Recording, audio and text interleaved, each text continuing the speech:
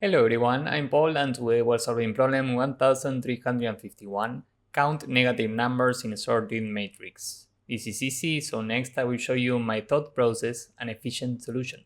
We are given a grid which is sorted in non-increasing order both row-wise and column-wise. And our job is simple, we need to return the number of negative numbers in the grid. So the obvious solution, if we are given something like this is the visual representation of this input. Well, we can just iterate every cell, and whenever we find a negative number, we add 1 to the result. And here we have 1, 2, 3, 4, 5, 6, 7, 8 negative numbers, so the result in this case is 8. Now let's see the code for this solution. We have a number of rows, which is given by the length of the grid, and a number of columns, which is the length of any row. Let's take row number 0. The result is initially 0, and for every index in range n, for every index in range m, every time that we find a negative value, we add 1 to the result. So if grid ij is smaller than 0, result plus equal 1, and finally we return this. So this is the first solution. Let's submit this. As you can see, this works, it's efficient, and it runs in big O of n times m time complexity. Now, we have a follow-up question. The question is, can we find a solution that runs in big O of n plus m time complexity instead of n times m? And the answer is yes. We can have two pointers, one for columns and the other one for rows. Initially, the pointer for columns is here in the last column, and the pointer for rows is at row number 0. And every time we are checking if the current number is smaller than 0. Given that this is sorted both row-wise and column-wise, if we find a negative number, well, every number in this column will be negative also.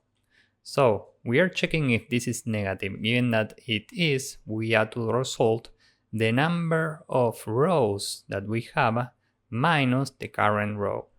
Here we have 4 rows and we are standing at row number 0. So we add to the result 4 minus 0, meaning 4. We are adding these 4 values to the result. And now we can update this pointer one step to the left. Now we are standing at this cell, and given that this is not a negative number, we can update the row now. We keep the result as it is and we update the current row. Now we are standing here, this is also positive, so we update row again. Now we are here, this is a negative number, so we add to the result the number of columns, meaning 4, minus the current row. This is row number 2, and 4 minus 2 is 2. So we add this to the result. And given that we have just found a negative value, we update the column one step to the left. Now this is a positive number, so we update row. And this is a negative number, so we add to the result 4 minus row number 3. And 4 minus 3 is 1, 1 plus 6 is 7. And given that this is a negative number, we update column once again. Now we are standing here, this is another negative number, so we add 4 minus 3 to the result. This is now 8. And now we update column once again. Now we are out of bounds, so we return 8. And this solution runs in big O of n plus m time complexity because we are iterating at most 4 columns and at most 4 rows. So this is overall more efficient than the previous solution. Now let's see the code for this approach. First, n is the length of grid. Sorry, this is grid, and m is the length of any row. Let's take row number 0. And now we have 2 pointers, one for rows and one for columns. They are initially at 0 and at the last column, m minus 1.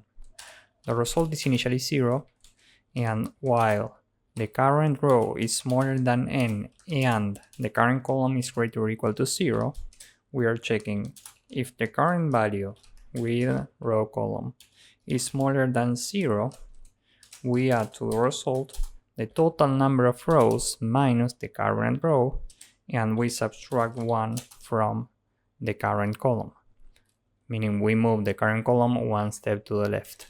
Else, we move the current row one step to the bottom, so this is row plus equal 1. And finally, we can return result. So let's submit this. As you can see, this works and it's more efficient than the previous solution. So this is it for this problem. If you found this useful, please drop a like, subscribe, and see you in the next one. Bye bye.